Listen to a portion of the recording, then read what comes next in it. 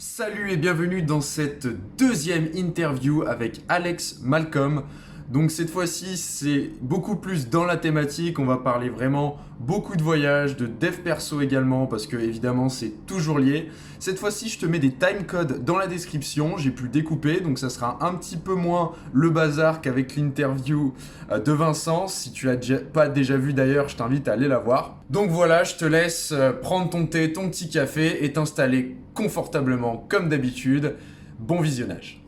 Salut Alex, merci d'avoir accepté mon interview. Ça me fait vraiment très plaisir que tu aies accepté parce que je te suis depuis un petit moment. Je t'ai découvert avec l'expatriation en Australie d'ailleurs. C'est vrai que je t'en ai pas parlé juste avant, mais Ouais, je c'est t'ai clair. découvert avec l'expatriation en Australie. Parce que, Et ouais, vas-y, dis-moi.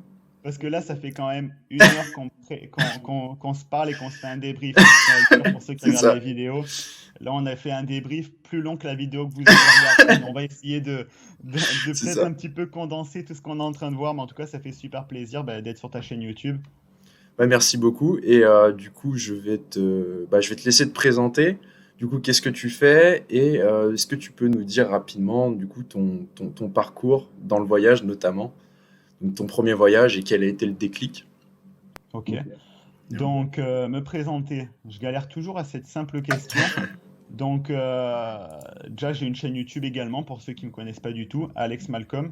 Yes, Et je mettrai le lien dans la description d'ailleurs, évidemment. parfait. Et donc, je crée du contenu autour de la liberté, donc à travers différents outils, différents éléments que constitue pour moi la liberté. Donc, le voyage, évidemment, et je pense que c'est vraiment sur ça qu'on va axer la vidéo. Ouais. Ensuite, on va parler de développement personnel, d'expatriation, parce que, comme a dit Geoffrey, ben moi, je me suis expatrié à Londres et en Australie. Prévu juste de faire. C'est même pas que j'avais prévu de faire un parcours classique, c'est juste que je me posais pas la question et que je me suis dit le schéma, c'est je vais faire mes études, ensuite, je vais trouver un emploi, je vais travailler dans cet emploi dans une démarche de grimper au mieux dans ce job. Et ensuite, je vais voyager si j'ai l'opportunité de voyager sur mes semaines de congé. J'avais quand même la démarche de créer une entreprise, mais je me suis dit ça sera plus tard. Après, en fait, Mm. j'avais le schéma préétabli que tout le monde va avoir. Et au final, gros déclic et grosse claque dans la gueule parce que je m'attendais pas à ça, je connaissais rien, donc forcément, ça a créé une fracture énorme par rapport à toutes mes croyances, tout ce que je connaissais. Et je me suis dit, j'adore ça, quoi, en fait. J'ai envie d'en voir plus et j'ai envie d'explorer. Forcément, après que tu as goûté à ta première expatriation, qui est à la fois ton premier vrai voyage, tu as envie d'en voir plus. Donc, j'ai fait 1 an à Londres. Après, à l'issue de Londres, pour me récompenser, entre guillemets, j'ai un petit peu voyagé en Europe. J'ai fait un road trip avec mon meilleur pote. Donc, pareil, j'ai découvert plein de pays différents, essentiellement en Europe. Et après, je suis revenu parce que j'étais parti, j'avais un BTS communication, je suis parti à Londres. Je suis revenu, je me suis dit, j'ai vu comment ça se passait un peu en expatriation, qu'à des moments, ils demandaient, même s'ils s'en foutent des diplômes, à des moments, c'est important d'avoir le premier diplôme reconnu à l'échelle internationale, qui est donc le bac+3, parce Mhm. que à l'étranger, le BTS, ça n'existe pas, le DUT, ça n'existe pas. Il y a moyen de faire des équivalences, mais c'est pas très représentatif. Les deux diplômes, on va dire, qui sont accessibles et qui existent partout, ça va être la licence et le master. Donc je me suis dit, il faut que je fasse ma licence en sécurité. À la fois, ça me permettait de me reposer, de profiter de la famille et tout ce qui est et de digérer aussi cette aventure, de me dire, Ouais, c'est ok, clair. donc j'ai fait ça, j'étais là, parce que c'est vrai que tu te dis, ce que j'ai vécu, c'était cool, et tellement tu es dans le Je- process que tu le vis, Mm. tu sais pas vraiment comment C'est ça. en fait, tu digères après, quoi. Et je pense que c'est assez important après un premier voyage de se laisser le temps en fait, pour prendre du recul par rapport à ça et éviter d'enchaîner tout de suite. Parce que Mm. on en a beaucoup parlé du coup en off et on va revenir dessus je pense. Mais ce que j'aime beaucoup du coup, ce qu'on on a beaucoup parlé sur la vision long terme à avoir Ouais. quand tu voyages et je trouve que c'est vraiment super important.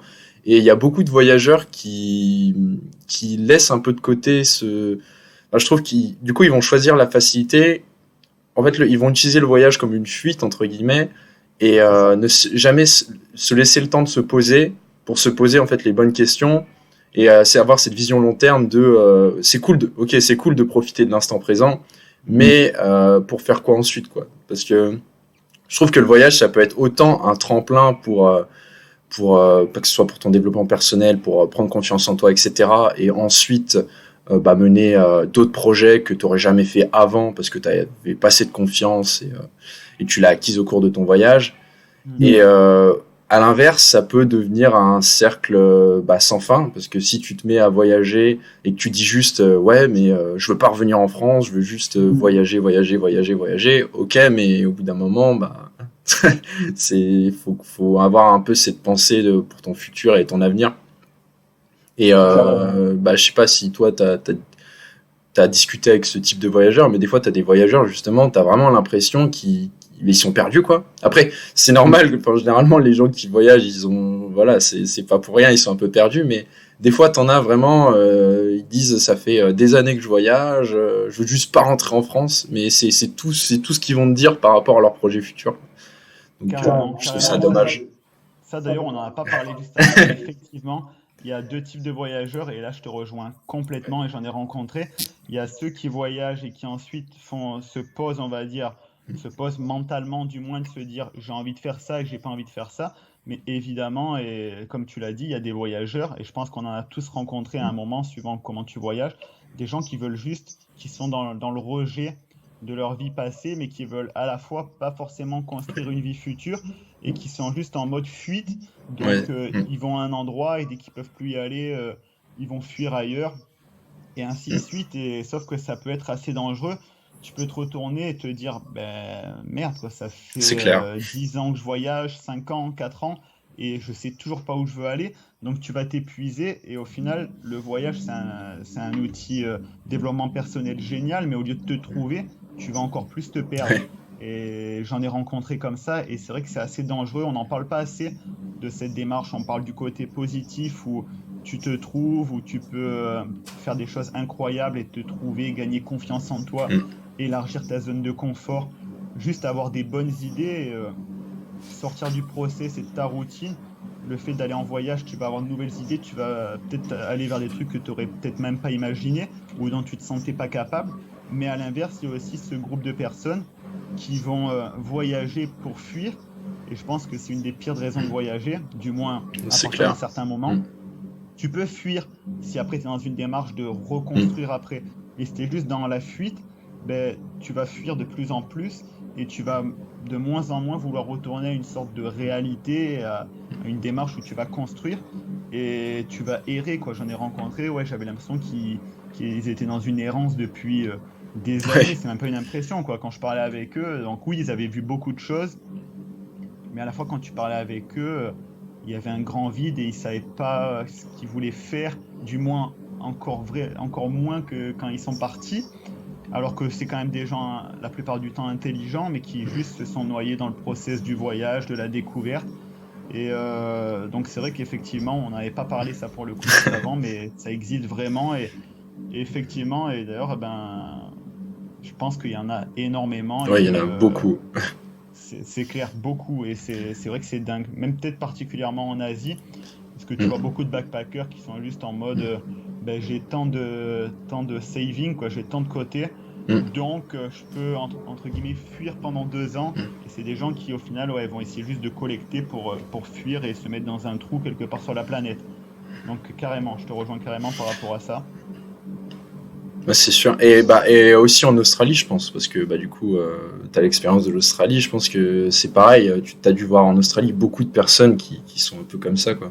Parce que comme tu disais tout à l'heure, c'est beaucoup de cadres, de choses comme ça qui ont pété un câble.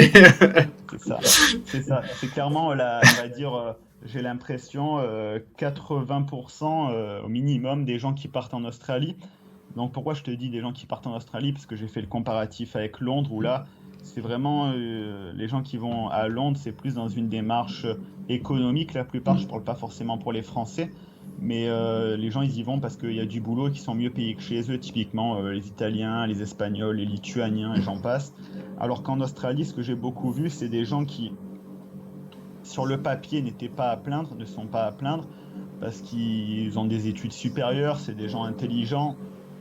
Il y en a beaucoup qui viennent de bonnes familles, qui avaient un bon poste, mais c'est juste qu'ils se sont sentis complètement écrasés par la société et par leur vie. Au final, ils se sont retrouvés dans une prison qu'ils avaient eux-mêmes créée. Ils n'arrivaient pas à en sortir et donc l'Australie, c'était un point de fuite magnifique parce que c'est vendu comme le pays de la liberté, de la van life où tu prends un van et t'en as rien à foutre, quoi. Tu t'arrêtes sur un bord de la route, tu prends ta douche et tu te barres. Et donc c'est vrai que c'est énormément de personnes comme ça qui partent en Australie, tout simplement parce qu'il y a un problème entre la société leur a promis et ce qu'ils ont reçu, quoi. C'est-à-dire qu'ils sont arrivés au bout de leur process en mode, ils ont fait leur bac+5, ils ont atteint le bon job, mais derrière, ils ont plus grand-chose, ils n'ont plus de réel accomplissement. Ils sont arrivés au bout du petit process de routine, on va dire. Donc ils gagnent de l'argent, ils vont peut-être avoir un bel appart, mais ça va pas les nourrir, ça va pas les faire kiffer. Et donc énormément qui partent là-bas en Australie, effectivement, par rapport à ça. Mais effectivement, ouais. Et du coup, Londres, qui était ta première expatriation, ta première expérience à l'étranger, qu'est-ce qui a changé entre le Alex d'avant Londres et le Alex d'après Londres? Alors, Qu'est-ce que ça t'a apporté Londres, le plus? le Alex d'avant Londres, déjà, eh ben, il parle pas anglais. Ouais, Le ok. Alex d'avant Londres parle vraiment pas anglais. Et pourtant, le Alex d'avant Londres pensait parler anglais dans le sens où il avait 13 sur 20 en cours. Donc, tu sais, c'est vrai que c'est ton point de repère, hein, on en parle peut-être pas assez. Mais les seuls moments où tu parles anglais en France, la plupart du temps, c'est quand tu es en cours, quand tu es étudiant. Et donc ta seule valeur de référence, c'est une note que tu vas recevoir à l'issue d'une évaluation ou quoi. Donc tu vas te dire ouais, je suis mauvais ou alors je suis bon. Mais dans les faits, c'est pas comme ça. Je me souviens la première fois que j'ai parlé à Londres, tout bête, hein, mais je m'en souviens comme c'était hier. Je voulais commander juste une tablette de chocolat. Je voulais acheter une tablette de chocolat dans un épicier, donc dans l'équivalent d'un 7-Eleven, on va dire. Ouais, ok. Et je vois que le mec me répond pas, quoi. C'est-à-dire que pour moi, ça me paraît hallucinant parce que je demande du chocolat et le gars est pas capable de me donner du chocolat, quoi. Donc je me suis dit, pourtant c'est un mot que j'avais l'impression de maîtriser Ouais. depuis le CE1, mais apparemment ça vient pas, quoi. Et au final, eh ben, j'ai vu que dans les faits, au niveau de l'accent et tout, ça allait pas, même si c'est pas le plus important, mais du moins, l'idée c'était vraiment qu'il y avait une fracture entre ce que je pensais être capable de faire en anglais et ce que je savais vraiment faire. Et tu te rends compte on parle pas anglais de la même façon quand on est en cours et quand on est sur le terrain, quoi. Il y a des tournures de phrases, comme on ne parle pas français sur le Ouais, c'est papier, clair. dans des études littéraires, que quand on parle dans la vraie vie, nous, il y a de l'argot qui va se glisser Mm. dans tout ça. Surtout nous, Français, on va tendance à raccourcir énormément. Par exemple, au lieu de dire un truc tout bête, tu sais, tu vas dire tu sais. Enfin, des fois, tu vas Ouais, vite couper les trucs. Et du coup, tu apprends vraiment cette démarche de te dire, ok, donc déjà, grosse remise en question dans ce simple point qui peut paraître hyper anecdotique, mais déjà tu te dis, ok, donc si je pensais avoir un acquis au niveau de la langue, mais que je ne l'ai pas du tout, ben, effectivement, ben, le mieux c'est de repartir à zéro. Donc là, c'est là où tu as limite une démarche d'introspection où tu te remets en question, tu te dis, bon, autant repartir à zéro, je suis une nouvelle personne, je suis dans un nouveau pays, et, euh, et je suis personne. Je pense que c'est important quand tu t'expatries de te dire, je suis personne. Il y en a beaucoup qui c'est ont clair. échoué par rapport à ça, que j'en ai vu énormément échouer, qui se disaient non, mais moi, ben, j'ai mon bac+5, donc tu Mm. comprends, ben, même pour l'expérience, je peux pas me permettre de faire la plonge dans un restaurant, je peux pas me permettre d'être serveur, mais qui t'empêche de te permettre ça? Qui t'interdit ça? Personne si ce n'est toi-même. Donc je pense que chaque fois que tu vas ailleurs, faut te dire, je suis personne, je vais reprendre à zéro et je vais apprendre, juste apprendre et me nourrir de l'expérience. Donc Ouais. ensuite, le Alex d'avant, même ça a commencé un petit peu avant, il était ultra timide. Moi, je suis vraiment un ancien ultra méga timide. C'est-à-dire qu'à l'époque, le plus gros coup de pression que tu pouvais me mettre dans ma vie, c'était de me convoquer au tableau en cours. J'étais détruit, quoi. C'était vraiment une descente aux enfers intérieure, tu vois, le fait de... Je m'affirmais pas, on va dire, dans un groupe, donc plus exactement en cours, dans vraiment le côté Ok. cloisonné de la salle de classe. Je sais pas, je m'affirmais pas, j'étais un bon élève, c'est-à-dire que chaque fois que j'étais convoqué au tableau, tu vois, je parle carrément de convocation, on en est là. Limite, je ne me convoquais Ah, plus, je demandais juste. C'est On inconscient. allait au tribunal, tu vois, au tribunal, ouais. J'arrivais à résoudre le truc, mais je sais pas, je m'acceptais pas peut-être moi-même, donc du coup, ben, tu reflètes une mauvaise image en public et dans un groupe. Donc ça m'a, même si j'ai commencé un peu avant, parce que on va dire l'année, ouais, tant que je me rappelle, l'année avant ouais, de partir à Londres, j'avais commencé à faire du stand-up comédie, donc monter sur scène et tout ça. Donc ça m'a permis déjà de prendre confiance en moi. Après, comme je t'avais dit, j'avais eu un job étudiant d'animateur dans un parc de jeux. Donc pareil, tu développes ta confiance en toi. Et Londres, c'est vraiment venu confirmer tout ça dans le sens où je me dis, euh, je sais faire des trucs et je me débrouille quoi. C'est-à-dire que je suis parti, parce que moi quand je pars en expatriation, je te dis vraiment je me suis expatrié, et c'est ce que font beaucoup de personnes, hein, c'est que je suis parti avec rien. Quand on est parti avec mes potes, on avait 4 nuits d'hôtel, 4 ou 5 nuits d'hôtel, et c'est tout ce qu'on avait.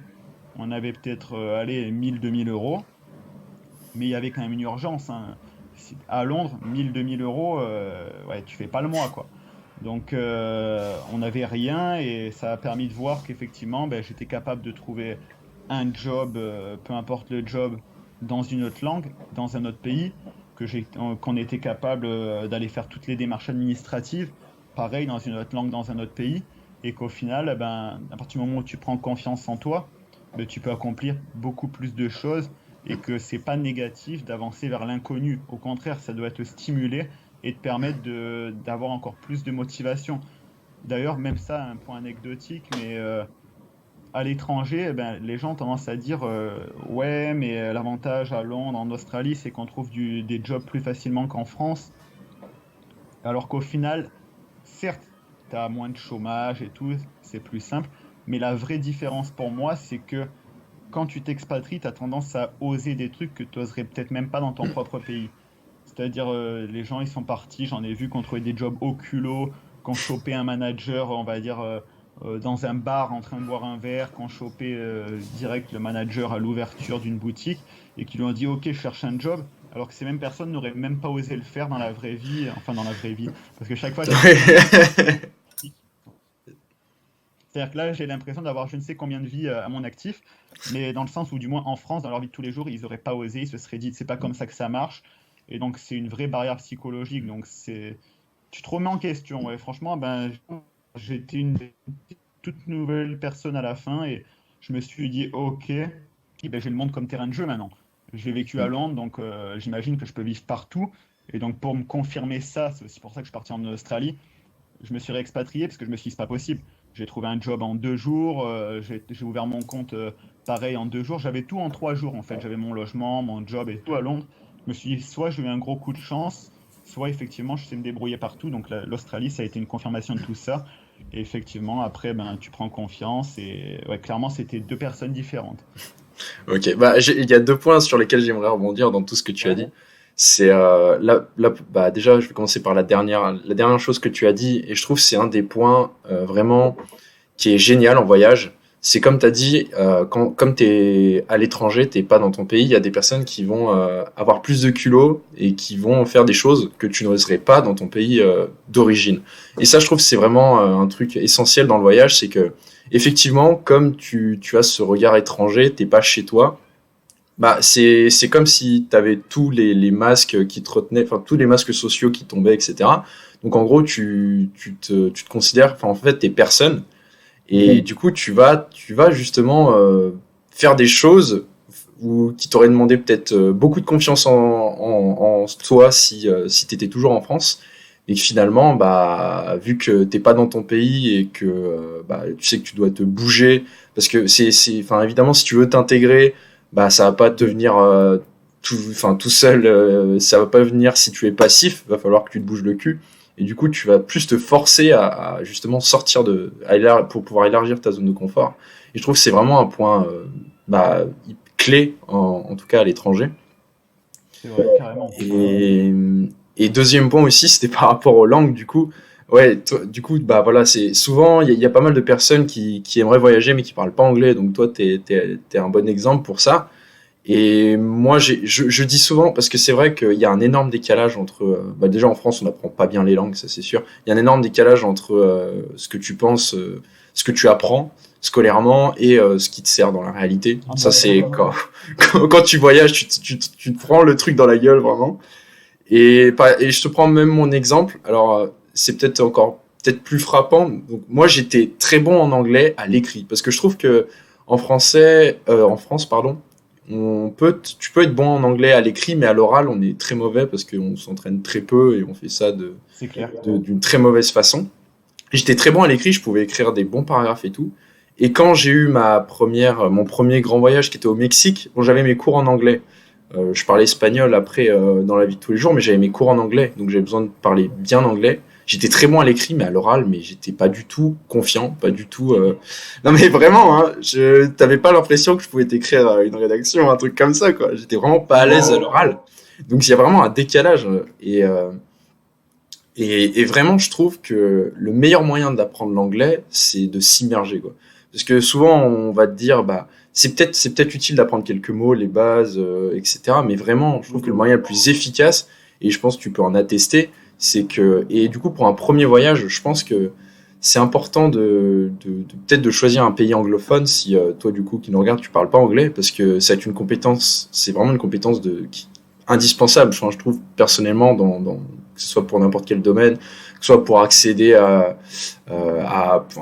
au savoir que tu as sans te cloisonner à la France, parce que vraiment, tout ce que tu peux avoir en littérature anglaise, en écoutant des podcasts, etc., toute la valeur que tu Compétence peux. de vie, ouais, c'est une C'est ça. compétence de vie. Même si tu voyages jamais, là, si tu regardes la vidéo et Ouais, que tu te dis peut-être que je vais voyager ou j'en sais rien, dans tous les cas, ben, l'anglais, c'est une compétence de vie, valeur supérieure sur ton CV. ouais. Maintenant, c'est même plus limite. Maintenant, tu n'as plus une Maintenant, rédaction quand tu parles ouais, anglais, c'est que tu n'as pas le job si tu parles pas c'est anglais. ça. Donc ensuite, effectivement, comme tu l'as dit, eh ben, l'accès au contenu. C'est-à-dire que pour moi, une langue, c'est une clé. Si tu es capable Mm, d'ouvrir qu'une porte avec le français, moi, à l'heure actuelle, quand je trouve pas un contenu en français, je le tape en anglais. mm, Et dans le pire des cas, je le tape en espagnol. Je parle pas forcément espagnol, mais je le comprends. Donc à des moments, je me dis, ben, au plus tu parles de langue, au plus tu vas avoir accès à de contenu sur Internet. Donc imagine si tu parles derrière mandarin, que tu apprends, ouais. à parler chinois. Là, alors là, le web, après, tu vas pouvoir te former, mais dans des contextes où ben, peut-être que si tu es une entreprise, ben, tes concurrents vont pas pouvoir se former, ou même toi en tant que personne, tu vas pouvoir faire ce que peu de gens font parce que tu as trouvé une ressource perdue sur Internet en anglais et que, on va dire à compétence équivalente, celui qui parle pas anglais, il va jamais la trouver de sa vie. Donc ouais, c'est une compétence de vie, même au sens, même les langues dans tous les cas, au plus tu parles de langue, au mieux c'est. Une Oui, langue, c'est deux clair. langues, trois langues, c'est incroyable. Et du coup, est-ce que toi, tu as utilisé des espèces de hacks, des tips, un peu, etc., pour apprendre la langue, ou c'était vraiment juste le fait d'être immergé et de devoir bah, te démerder en fait dans cette langue qui t'a fait apprendre les mots, qui t'a fait progresser? Tu veux dire quand j'étais à Londres, quand je Ouais, commençais? t'aurais des conseils à donner par rapport enfin, pour les personnes qui vraiment ont un niveau zéro en anglais et qui ont peur de ça et qui voudraient aller dans un pays anglophone. Est-ce que tu as des tips ou c'est juste simplement le fait d'être en immersion? Ben, déjà, ben, après, ben, à l'école, je travaillais. Enfin, moi, j'ai toujours été un bon élève, on va dire. C'est-à-dire que un truc tout bête qui te paraît vraiment bête quand tu es en cours, c'est d'apprendre les verbes irréguliers. Moi, Ouais. forcément, je les connais quasiment tous par cœur. C'est-à-dire, je savais pas ce que je disais, j'étais limite incapable de les prononcer, mais de mémoire, je les ai quasiment tous en tête, du moins les plus courants. Donc, ben, par rapport à ça, déjà, si quand tu es étudiant, tu travailles un minimum, tu vas avoir des automatismes et tu vas connaître des mots de Mm. base. Après, même pendant que j'étais à Londres, à des moments, le soir, je me mettais les vidéos un peu à la con, la Learn English with, j'en sais rien. Et ce que je faisais, c'est que limite, j'essayais d'apprendre les phrases, pas comme si j'étais un français, justement, j'apprenais, ça s'appelle des phrasal verbs. C'est par exemple, c'est des trucs pour que tu sonnes un peu plus natif.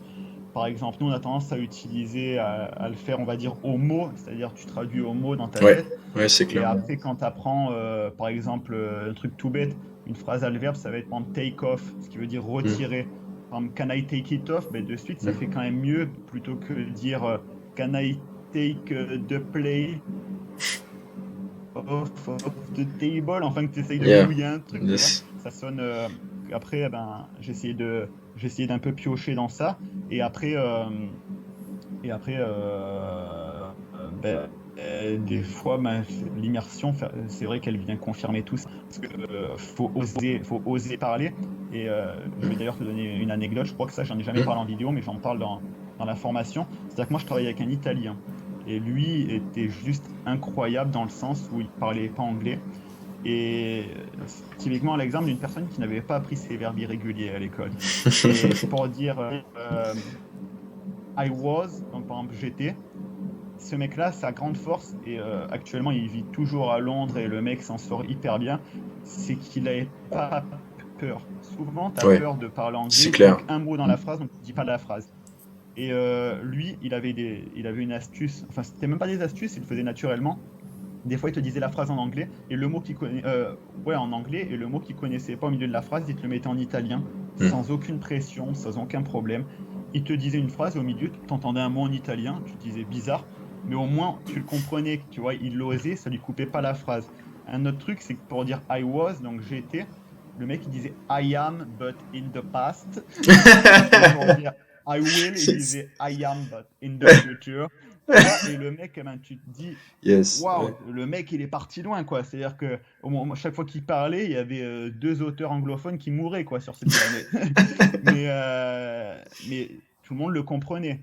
C'est ça, l'issue, c'est que tout le monde le comprenait et qu'il n'y avait aucun problème. Tu te dis, c'est bizarre, tu rigoles peut-être avec lui, mais absolument tout le monde comprenait ce qu'il voulait dire. Alors qu'un Français, peut-être toi d'ailleurs qui regarde cette vidéo, eh ben, tu n'avais peut-être pas le mot, donc tu parlais pas en fait. Et au Ouais. final, ça te crée une frustration et ça t'empêche d'accéder à l'information. La langue, en fait, c'est un outil. Je pense qu'il faut le voir comme ça. Ouais, Nous, c'est on nous clair. le vend d'une manière différente, on nous le vend comme, oui, c'est vrai, on nous le vend comme de la noblesse, c'est un héritage culturel, c'est ci, c'est là.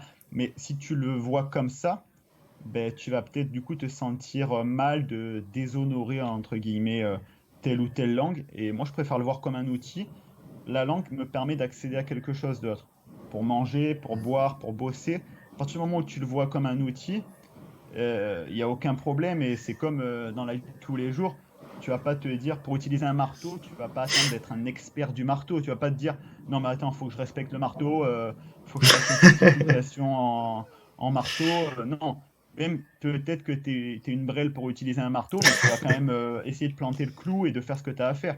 Tu n'as pas besoin de maîtriser le marteau à 100% pour t'en servir. Et c'est pareil pour une langue, il n'y a aucun problème.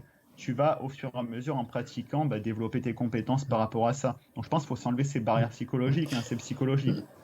Mais j'aime bien ta métaphore avec le marteau d'ailleurs.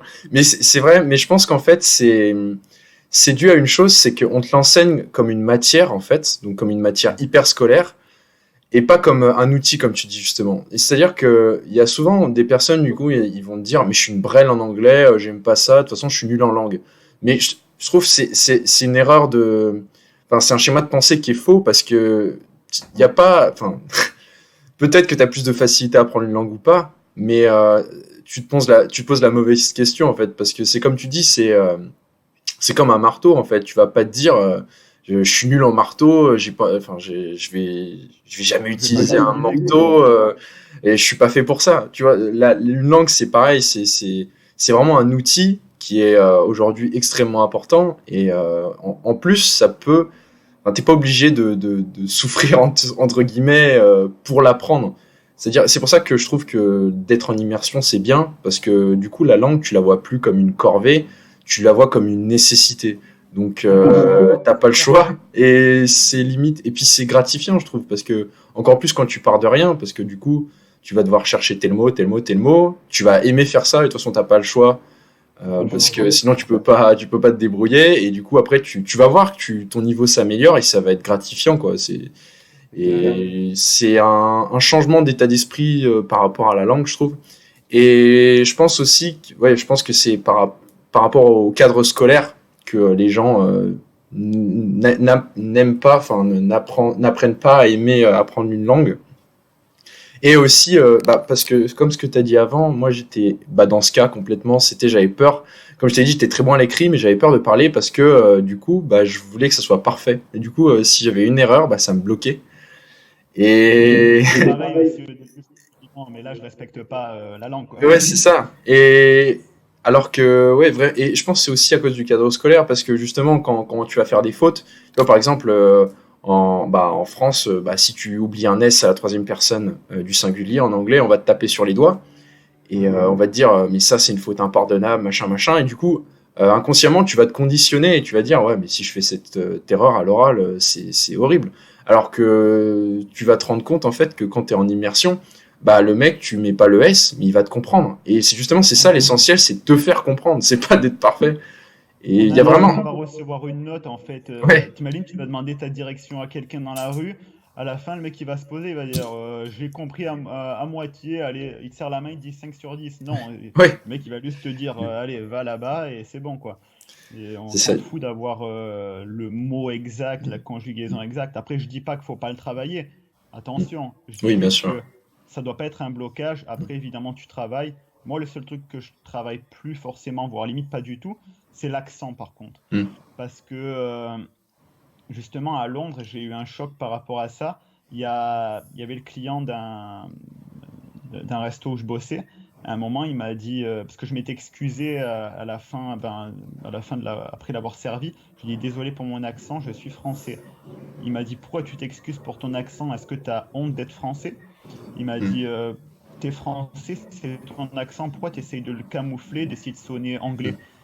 Et là, je me suis pris une claque dans la gueule et je me suis remis en question. Je me suis dit, mais grave. Et en fait, ça pareil, ça vient de la démarche scolaire où on Mm. te dit qu'il Mm. faut qu'au final, tu t'effaces ton identité pour ressembler à que tu sonnes le plus anglais possible. Et c'est limite, t'es noté sur ça en plus. C'est-à-dire, si on dirait que limite t'es un anglais, tu vas Ouais, avoir c'est une vrai. super note. En fait, il faut gommer son identité pour prendre celle d'un autre. Et à partir du moment où il m'a dit ça, je me suis dit, ouais, je préfère développer le vocabulaire plutôt que l'accent. Mm. Après, oui, il y a des limites, hein, et c'est Bien bien quand même sûr. de dire les Mm. bonnes Ouais. phonétiques et tout ça, mais je veux dire, je vais pas essayer de sonner british ou alors australien ou Mm. alors je sais quoi. Je vais juste essayer d'avoir ce que je veux comme un outil, comme on disait. Ta première expatriation à Londres, ensuite l'Australie.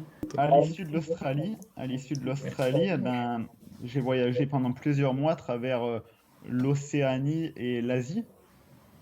Donc, je sais Ok. plus exactement, peut-être 5 mois, je sais plus exactement, faudrait que je regarde. J'ai essayé de profiter au maximum de l'expérience en Australie, d'être sur place. Et après, ben, j'ai voyagé donc effectivement au sein même de l'Australie déjà. Après, j'ai vu la Nouvelle-Zélande. Après, quand je te dis l'Asie, c'est vraiment au sens large. C'est-à-dire, en Asie du Sud-Est, j'ai fait Bali et la Thaïlande. Après, j'ai Ok. été en Asie du Nord, Japon, Corée du Sud. Et après, ben, je suis revenu en France, tout simplement. Et là, au moment où ben, on fait ces vidéos, je suis en France tout en continuant de voyager, parce qu'après, quand tu continues de voyager, c'est même plus. Ça devient un besoin, limite, ça fait Mm. partie de ton lifestyle et c'est une vraie routine. C'est Il y clair. en Ouais. a qui font du sport, il y en a qui, Mm. j'en sais rien, ben, tous les mois vont peut-être se dire je vais aller au stade pour regarder un match de sport. Ben, moi, ça va être le voyage, donc je voyage ultra régulièrement. Là, tu parlais de l'Europe de l'Est, parce que justement, il y a quoi? Il y a 3 jours, j'étais en Europe de l'Est. Je suis parti un mois, j'ai fait un mois autour de l'Europe de l'Est. Et, et là, bientôt, je prépare une nouvelle aventure. Donc voilà, franchement, c'est toujours en mouvement. Et comme je disais, faut pas se refuser à avoir une phase d'exploration. L'important, et c'est ce qu'on disait en off, c'est d'avoir une vraie vision long terme, de savoir où tu veux aller.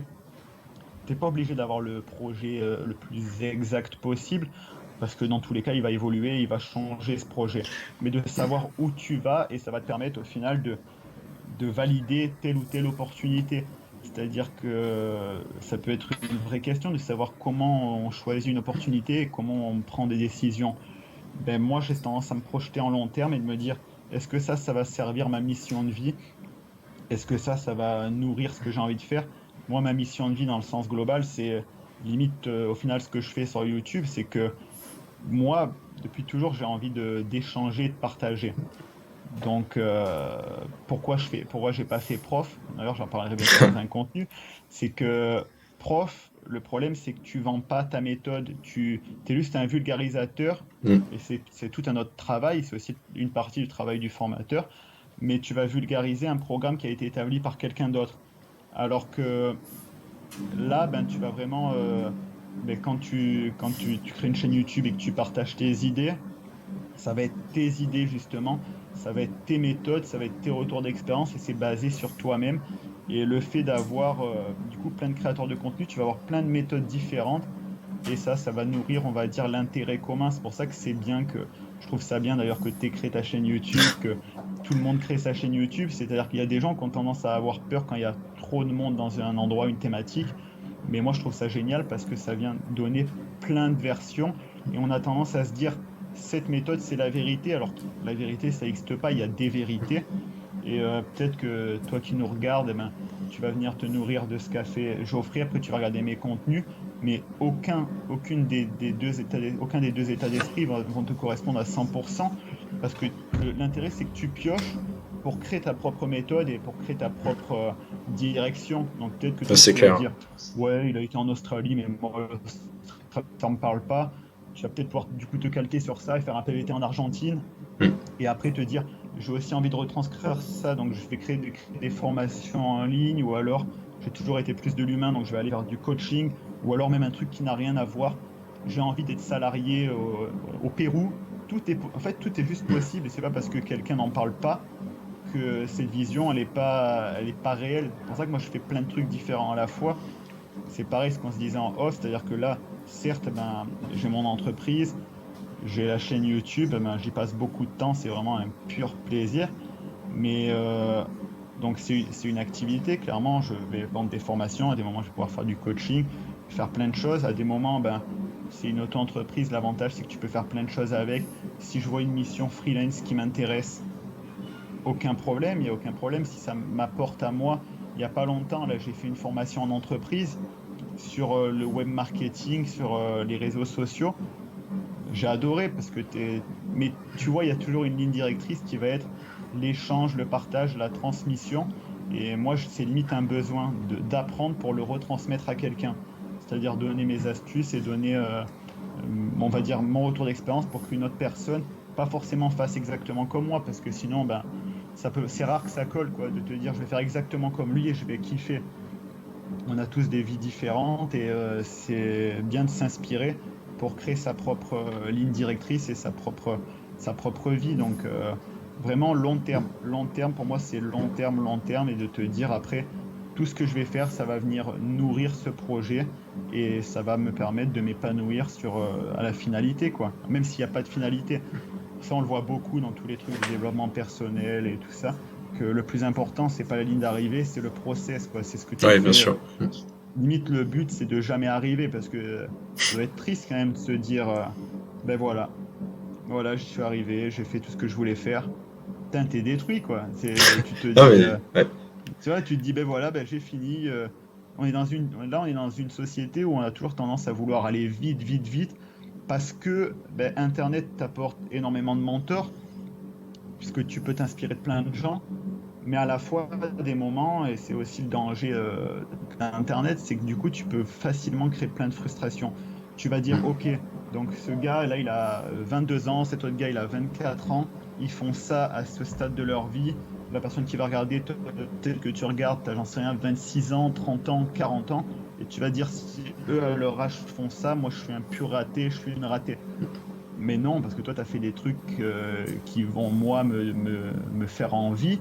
Toi, tu as fait des trucs complètement différents et c'est pas une course et c'est pas parce que c'est pas exponentiel. Enfin, c'est pas tout n'est pas automatisé. C'est pas parce que tu as un gros succès à 22 ans que tu vas avoir un énorme succès à 40 ans. C'est-à-dire, c'est pas linéaire, c'est pas en continu. Peut-être que toi, ton moment pour exploser, pour trouver ta mission de vie, ça va être 40. Et juste avant, tu vas peut-être te chercher. Ou alors, à l'inverse, ça va être 18 ans. Et tu vas après faire des trucs incroyables. Après, au contraire, pardon, tu vas te perdre et tu vas plus savoir où tu vas. D'ailleurs, c'est pas toujours, même quand tu regardes, que tu élargis, quand tu regardes l'acteur de Maman, j'ai raté l'avion, lui, tout le monde le prédestinait à faire des trucs incroyables. Et je dis pas qu'il a pas eu une belle carrière, mais du coup, il a eu un problème avec sa surmédiatisation. Et derrière, il a connu des périodes horribles et il est tombé, on va dire, dans la drogue, dans les addictions, parce que ça a été trop pour lui et que c'est pas parce qu'il a été hyper connu en 5-6 ans que c'est devenu le plus gros acteur de tous les temps aujourd'hui qu'il a lancé un 30 ou 35 ans. Je pense que c'est important de le rappeler ça. C'est super important ce que tu dis. L'idée de fond est clé, c'est que ouais, peu importe ton âge en fait, peu importe où tu en es sur ton chemin de vie, et c'est un peu lié à la comparaison, hein, la tendance à se comparer avec les autres, c'est que t'as ton propre chemin de vie, ton propre chemin personnel. Et voilà, comme tu dis, toi, t'as fait un PVT Australie, t'as voyagé en Europe de l'Est, là, tu prépares un voyage au Canada. Moi, j'ai encore pas fait tout ça, mais j'ai eu mon expérience au Mexique, donc toi, t'as pas été encore en Amérique latine. Donc, tu Exactement. vois, on a des chemins de vie différents. Il y a des choses qui peuvent donner envie, etc. Mais c'est pas parce que ouais, t'as peut-être 35 ans et t'as accompli moins de choses que nous, par exemple, que ça va pas venir en fait.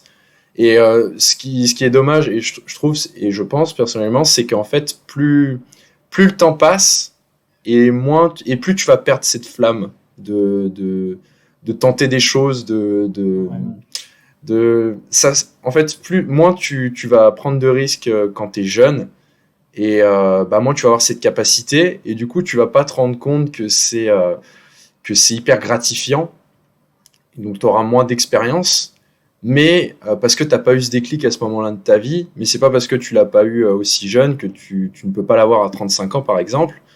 Et c'est pas parce que tu arrives à 35 ans que c'est trop tard, tu peux plus voyager, etc. Donc c'est vraiment c'est vraiment adapté à la personne, quoi, parce que on vient tous d'une famille différente, d'un milieu différent, d'une partie du monde différente peut-être, et C'est clair. on n'a pas il y a les cartes qu'on a en main, mais il y a aussi plein de facteurs aléatoires qui entrent en jeu, qui font que on est là où on en est aujourd'hui.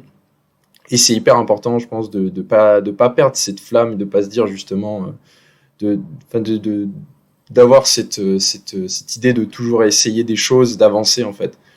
Mais c'est pas tout le temps évident justement de vouloir sortir de cette zone de confort. Et je trouve que le voyage justement, c'est souvent le premier déclic pour beaucoup de gens. Parce que ça te C'est permet, puissant. ouais, ça te permet de te rendre compte et que en fait quand tu es dans l'inconfort, quand tu es dans le mouvement, tu apprends énormément. Ah oui, mais c'est clair. C'est C'est clair. Mais après, ouais, même pour la comparaison, c'est vrai que on parlait de la comparaison et on est tous touchés. On a beau dire, et même tu peux ouais, citer les plus gros gourous du monde qui disent, c'est moi j'ai complètement réussi à sortir de cette démarche toxique. c'est impossible. Non, C'est un biais l'humain est comme ça. psychologique. Enfin, tous les biais Exactement. psychologiques, peu importe si tu en es conscient ou pas, tu es affecté. Donc ouais, Exactement. Il faut faire un gros travail. Ça, c'est hyper important. Pareil, ça fait bateau parce que tu le vois partout. Mais vraiment, quand vous voyez du développement personnel, au lieu de vous dire ça, je l'ai entendu, vu et revu, mettez-le en place. Et ouais, après, c'est vrai qu'il y a beaucoup de chaînes de développement personnel. Forcément, c'est la même psychologie humaine, donc c'est les mêmes sujets qui reviennent, mais il faut appliquer. La gratitude, c'est moi clair. j'en ai longtemps entendu parler, Mm, mais au début je me suis dit, à quel moment je vais lister ce que j'ai déjà fait, que je vais me sentir mieux.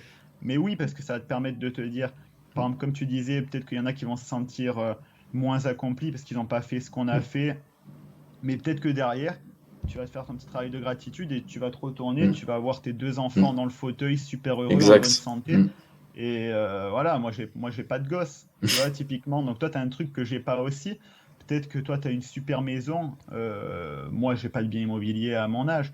Peut-être que il y a plein de trucs. Peut-être que tu as un vélo bleu. Moi, j'ai pas de vélo bleu. Non, mais tu vois ce que je veux dire.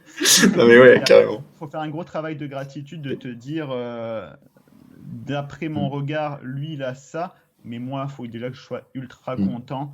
Pas forcément se conforter, du coup, ne pas mm, évoluer, mais de se dire, je veux aller là, mais je n'ai pas rien, quoi. J'ai déjà ça. Donc, à partir de là, tu te dis, tout ce que j'ai déjà accompli, j'ai fait des trucs aussi. Tout le monde fait des trucs. c'est clair. Il y en a qui ont fait des. Quand tu discutes avec les gens qui. D'ailleurs, la plupart du temps, moi, quand je parle avec des gens, ils me disent, ouais, mais tu sais, moi, j'ai rien fait, j'ai jamais rien accompli. mais quand tu discutes, tu te rends compte que tout le monde a fait des Ouais. trucs qui, toi, te feraient envie. Et, par exemple, comme tu disais, gare, toi, moi, Mm. je suis jamais allé en Amérique latine, Mm. je peux t'envier sur ce point-là. Je me dis, ah putain, il Ouais, a fait 5 mois en Amérique latine. Toi, tu peux dire, ah, le salopard, il a été en Australie, s'est déjà expatrié 2 fois, ouais, on a peut-être le même âge. Mais peut-être que toi, après, ben, là, tu vas carburer et dans 4 ans, ben, tu seras toujours sur les routes. Et peut-être que moi, je vais me poser et je clairement. reprendrai dans Mm. 10 ans. Faut Ouais, juste, en c'est fait, que te dire, j'ai mon objectif, j'ai et ma ligne de conduite et te dire, est-ce que ce que je fais, ben, c'est bien, est-ce que je suis heureux? Même des fois, moi, je me compare. Je me dis, j'essaie évidemment, de moins en moins le faire et c'est mm. pour ça que même les réseaux sociaux, j'y vais pas énormément parce que ça, c'est horrible pour ça. Ouais. C'est à la fois inspirant dans une certaine démarche, mais à la fois, ça Mm. peut vraiment t'apporter du négatif. Des fois, je me dis, oh là là, quelle chance, lui, il a réalisé ça, ou alors il est très bon dans ça. Et après, quand je fais le petit travail de me dire qu'est-ce que j'ai accompli, je me dis, ah, mais je kiffe ma vie en fait, quoi. Je me régale, quoi. Alors, je suis pas dans une souffrance, quoi. Je me sens Mm. libre, je suis bien. Effectivement, j'ai toujours ça que j'aimerais accomplir, que cette autre personne a accompli. Mais on va se former, ça pareil, c'est une démarche hyper importante. Mm. Quand tu voyages, tu te formes sur la vie. Ça, Ouais. pour moi, c'est hyper important. Et plein d'autres compétences transversales. La gestion du stress. Là, peut-être que toi, tu es en Asie et que, pareil, tu réserves ton logement le matin pour le soir. Moi, c'est ce que j'ai fait à des moments. Donc, tu te dis, est-ce que je vais trouver un Mm. logement? Et la gestion du stress en mode, ah ok, là, il y a un vrai problème. Moi, au moment où j'étais à Bali, il y avait le mont Agung qui était en éruption. C'est là où il y a eu les Gili qui ont complètement Ouais. été dévastés. Donc à des moments, tu dois prendre des décisions vite aussi, la prise de décision rapide. C'est d'ailleurs grâce à ma copine qu'on n'y est pas allé. Elle a eu un instinct, elle a dit on n'y va pas. Et on a bien fait parce que Ouais, c'est. au Mm. final, le lendemain ou le surlendemain, ben, tout était dévasté. Et du coup, tu vas te développer ultra rapidement. C'est-à-dire que 2 mois en voyage complet, ça va être un équivalent. Après, ça dépend de chaque personne, mais peut-être Mm. 1 an, voire 4 ans dans la vie de certaines personnes. C'est clair. C'est-à-dire que tu vis tellement de situations, que tu es tellement. Ta zone de confort, limite, elle est tellement large qu'elle n'existe plus, quoi. Tu n'as même plus l'impression d'en sortir parce que tu es à vif et c'est pour ça que tu as tendance à être beaucoup plus fatigué quand tu es en voyage. D'où l'importance aussi d'apprendre à gérer son énergie. On en parlait avant, de des Ouais, fois c'est se clair. poser. Mm.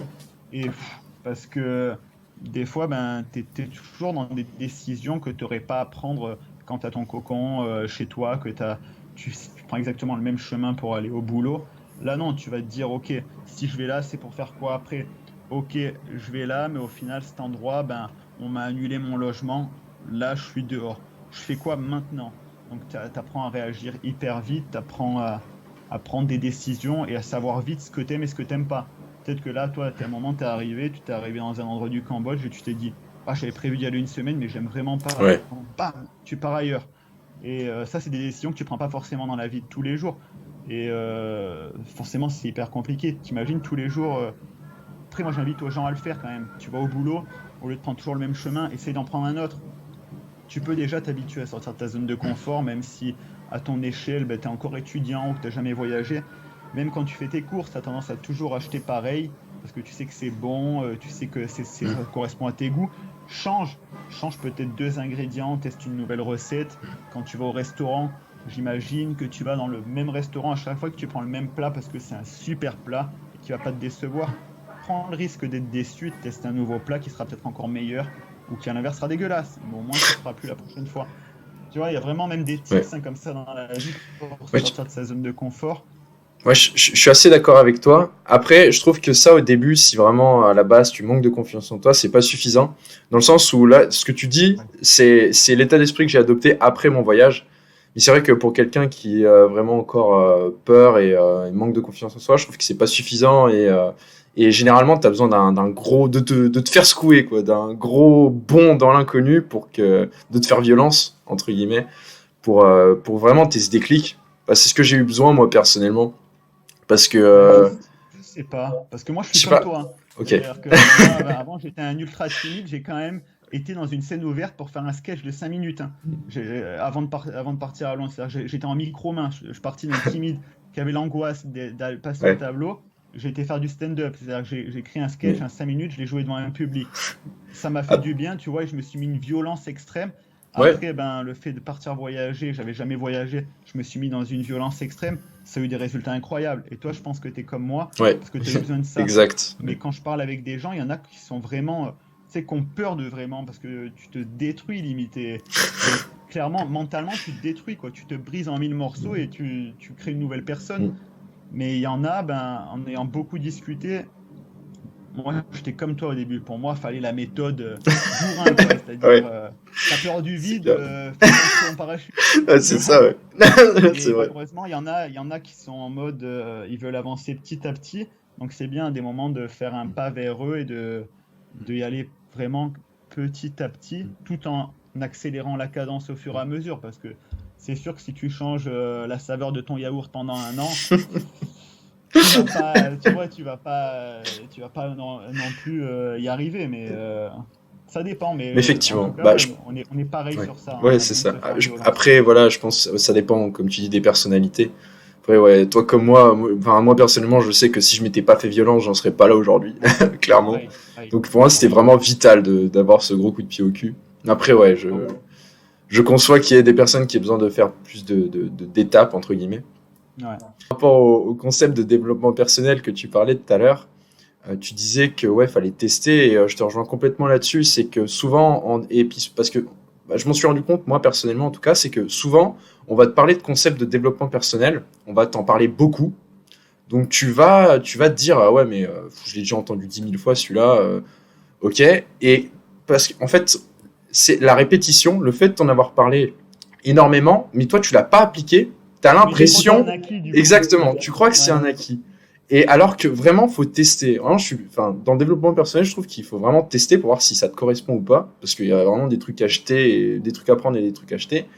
Et il faut vraiment tester, quoi. Et c'est souvent le problème quand on répète des concepts, tu as l'impression du coup de le connaître et de le savoir, mais tant que tu l'as pas expérimenté, en fait, tu le connais pas vraiment. Et je m'en suis rendu compte, bah, j'ai été victime de ça, c'est que des fois, on m'avait tellement répété cette chose-là, j'ai cru que je le savais, et en fait, quand je l'ai vraiment Ouais. appliqué, bah, j'ai eu un déclic, et là, je me suis dit, ah ouais, effectivement, ouais.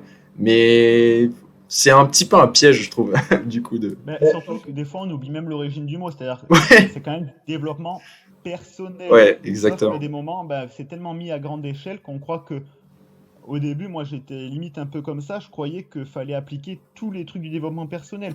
Je te prends un exemple tout bête, le Miracle Morning, tu sais, Ouais, les ouais, routines ouais, ouais. matinales. J'ai. Moi, je teste tout. Je me suis levé pendant une semaine à 5 heures du matin.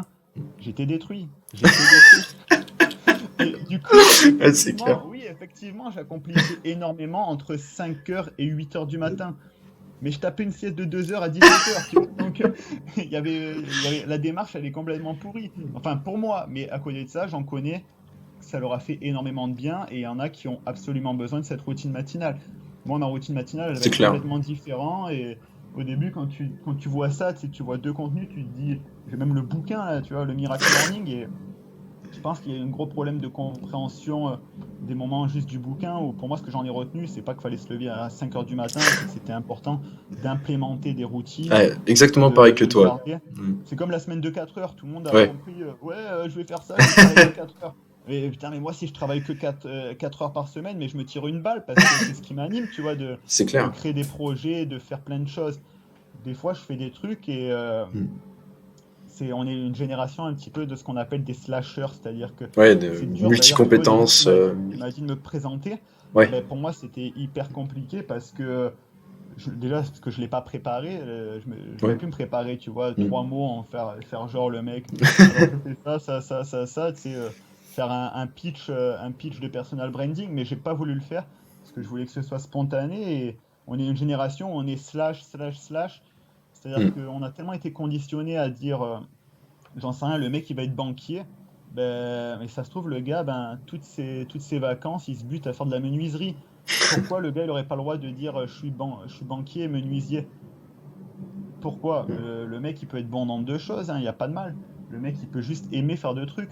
Moi il y a plein de trucs que j'aime à des moments et ben, j'ai envie d'expérimenter plein de trucs et là c'est pour ça la semaine de 4 heures, moi je l'ai pas lu en mode faut travailler le moins possible. je l'ai vu en mode, effectivement, il y a un autre courant de pensée et Mm. on va dire, optimiser certains points. Et au final, ce que j'ai compris, moi, l'idée globale du livre, c'est que tu peux carrément te concentrer sur ce que tu aimes faire, qu'il y a des solutions. Peu importe ce que tu veux faire, le mec, il te fournit des tips, des hacks sur comment tu peux faire ça, alors que ça paraît assez compliqué. Et pour moi, c'est le seul objectif du livre, hein. C'est juste de dire. D'ailleurs, Tim Ferriss, le gars, il a un podcast, il a Ouais, il écrit bosse ses pas 4 propres heures. livres. Le jour où le mec il bosse 4 heures, eh ben, j'aimerais bien le voir. Et je me demande qu'est-ce qu'il fout du coup le reste du temps. Quand tu crées des projets, que tu entreprends, et d'ailleurs, même sur le mot d'entrepreneur, le mot entrepreneur, on a tendance à l'assimiler à businessman, mais pour moi, un C'est entrepreneur, tu clair. peux Ouais. même être entrepreneur à 8 ans. À partir du moment où Oui. à 8 ans, Mm. ben, tu bricoles des petits trucs et que tu as une démarche de te dire là, j'ai une idée. Entrepreneur, Même, c'est vraiment, ben, même dans la vie ce de que tous tu les fais jours, en évoluer. fait. Voilà. Enfin, je veux dire, et je trouve que c'est même hyper important d'avoir justement un état d'esprit d'entrepreneur, quel que soit l'aspect de ta vie. Parce que c'est justement, c'est ça, c'est prendre des risques, élargir sa zone de confort, galérer, échouer, apprendre, Créer des recommencer. idées, ouais. C'est ça. Mettre sur pied des idées, les matérialiser, quoi. Mm. Et Donc, ouais, vraiment, ouais. Dev et puis, perso, il y a des trucs à prendre et qui vont te correspondre à une personne et des trucs qui vont complètement être inutiles pour d'autres, quoi. Moi, c'est clair que faire de la méditation, ben, j'ai du mal, quoi, parce que je suis déjà en fait en paix avec moi-même, donc je ressens pas forcément le besoin de me poser, de mettre une petite brise d'air frais en musique YouTube et d'avoir quelqu'un qui me dit, tu le sens que ça te caresse ton visage et tout. Peut-être que dans 5 ans, je vais en avoir besoin, attention, hein, mais c'est juste que je pense qu'il faut pas tout appliquer, sinon tu vas t'épuiser, tu vas oublier qui mm. t'es en fait. On en parlait tout à l'heure, hein, de Mm. dire que des fois, tu as des gros modèles qui émergent dans différentes thématiques et que tu as l'impression que c'est les seules vérités existantes, mais au Mm. final, il n'y a pas un parcours qui se ressemble et qu'il y a plein de façons d'arriver à ce qu'on veut faire. C'est clair. Bah, je pense que d'ailleurs, l'une des idées clés de la semaine de 4 heures aussi, c'est de te montrer qu'il y a une alternative possible, en fait. Parce que Ouais, souvent, le problème, c'est que on est trop baigné dans le cadre qu'on nous impose, que ce soit scolaire, etc. Et on n'est pas conscient des autres opportunités. Du ouais. coup, c'est pour ça que généralement, tu as des personnes qui vont être mal dans leur peau, ils aiment pas leur taf. Mais ils vont continuer, ils vont rester, ils vont continuer de faire ça, en fait, parce qu'ils sont pas conscients qu'il y a d'autres opportunités. C'est T'as ça. raison. Et c'est souvent le premier pas d'ailleurs à avoir, mais qui est pas forcément facile parce que quand toi t'es pas entouré de personnes justement qui ont eu cette démarche et ce déclic, bah pour l'avoir et toi-même c'est très compliqué quoi. Il faut C'est aller hyper dur. chercher vers l'extérieur du contenu qui fait que, ou alors tomber par chance, mais c'est difficile. C'est super dur, c'est clair que c'est super dur. Moi, je viens pas du tout euh, de cet univers, donc c'est clair que j'ai dû tout construire. Mon mindset, j'ai dû le construire intégralement. Et ben, tu lis, tu te formes. Maintenant, pour se former, eh ben, il y a énormément de choses. Eh ben, oui, évidemment, tu as les bouquins qui existent depuis la nuit des temps. Après, quand je te parle de bouquins, je te dis pas de lire 5 Harry Potter. Non, je te parle de livres techniques qui vont t'apprendre dans une thématique. C'est peut-être pas les livres les plus vendus. Ça va pas être les Ouais, top ventes de la planète, mais c'est des trucs qui vont t'apporter énormément. Tu vas avoir des formations en ligne. Parce que maintenant, c'est ce que je trouve ouais, ça génial, quoi. c'est C'est-à-dire que tu n'as plus de besoin de dépendre d'un organisme ou d'un seul programme. Il y a énormément de formations sur des trucs que tu imagines peut-être même pas là si tu regardes cette vidéo. Tu c'est as des clair. formations sur la menuiserie sur Internet pour apprendre à devenir menuisier. Tu as des formations. Parce que c'est vrai que quand on parle de formation en ligne, on entend souvent parler et ben forcément, c'est vrai que les grosses thématiques qui reviennent par rapport à la formation en ligne, c'est l'entrepreneuriat, le développement Mm, personnel. Il y a beaucoup d'offres parce qu'il y a beaucoup de besoins aussi. exact. Et je trouve ça cool d'ailleurs parce que même sur le même sujet, tu n'as pas une formation qui se ressemble. Mm. Enfin, dans l'idéal, normalement, tu n'as pas de formation qui se ressemble. Mais tu as des formations pour apprendre à planter des fleurs, quoi. Tu vas avoir des trucs. Donc, en fait, tu as accès à du contenu énorme. Tu as des formations en réel. À des moments, tu vas avoir des salons pour des entrepreneurs, peu importe où sur la planète. Moi, je vous recommande aussi l'application Meetup, pour ceux qui ne connaissent pas. Mm. Ça te permet, peu importe où tu es, de voir qu'il y a des gens qui vont parler de tel sujet à un moment donné. Ils vont se retrouver dans un café, dans un bar. Il y a des soirées networking. Enfin, il y a plein de façons de se former. Déjà, le principal, c'est de vouloir se former. pour moi, c'est la première barrière. Parce que si pareil, tu achètes une formation mais que tu n'as pas envie de te former, ben, ça te permet juste d'en parler, quoi, de dire ouais, j'ai la C'est formation, ouais, clair. mais si tu l'as pas, tu vois, moi au début j'étais un peu comme ça aussi, où j'achetais des livres, mais je les lisais pas. C'est aussi le problème, c'est qu'à des moments, c'est un truc qui est à la fois génial, mais qui est à la fois peut être un petit peu dangereux, c'est des fois quand on t'offre, c'est pour ça aussi, eh ben, des fois les limites du contenu gratuit aussi, c'est que quand il n'y a pas d'engagement, ben, c'est compliqué ouais, de te lancer dans le projet. Parce que si tu vas, j'en sais rien, moi, si on t'offre un livre, moi j'ai remarqué que je lisais moins les livres qu'on m'offrait. Mm. Parce que je me suis. C'est tout bête, hein, des fois un livre ça coûte quoi? 10, 20 euros, on va dire. Mais tu t'es engagé dans une certaine façon, c'est toi qui es parti l'acheter. Et c'est toi qui as fait cet effort-là. Par contre, eh ben, si on t'offre un livre, tu vas te dire, ouais, on me l'a offert et c'est le livre que je voulais. Mais tu vois, tu as moins d'engagement. Donc après, si tu es hyper déterminé, évidemment que tu vas le lire. Et c'est pareil pour une formation. À des moments, moi, ben, ce que je faisais, c'est que je mettais plein de contenus en favori où je me suis dit, ça c'est génial, ça c'est génial, ça c'est génial. Au final, tu as 500 vidéos, tu as 400 articles, mais déjà de une, c'est pas organisé, donc tu sais pas ce que ça vaut, faut faire un tri énorme. Et de deux, eh ben, vu que t'as pas d'urgence, tu te dis le contenu il va être là sur Internet dans une semaine, dans un mois, dans 2 mois.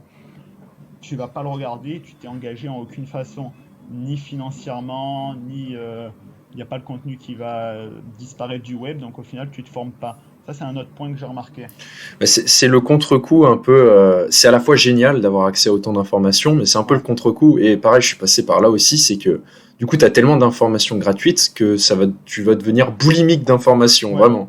ouais, Et ça marche sur toutes les thématiques, c'est que tu vas t'intéresser à un sujet, et puis il y a tellement d'infos là que tu vas tout lire, tout lire, tout lire, et tu auras tellement eu d'infos à la gueule que tu sauras pas, enfin, pas comment les trier, savoir lesquelles sont bonnes ou pas. Et ça, c'est vraiment le revers de la médaille, en fait, d'avoir autant d'informations gratuites.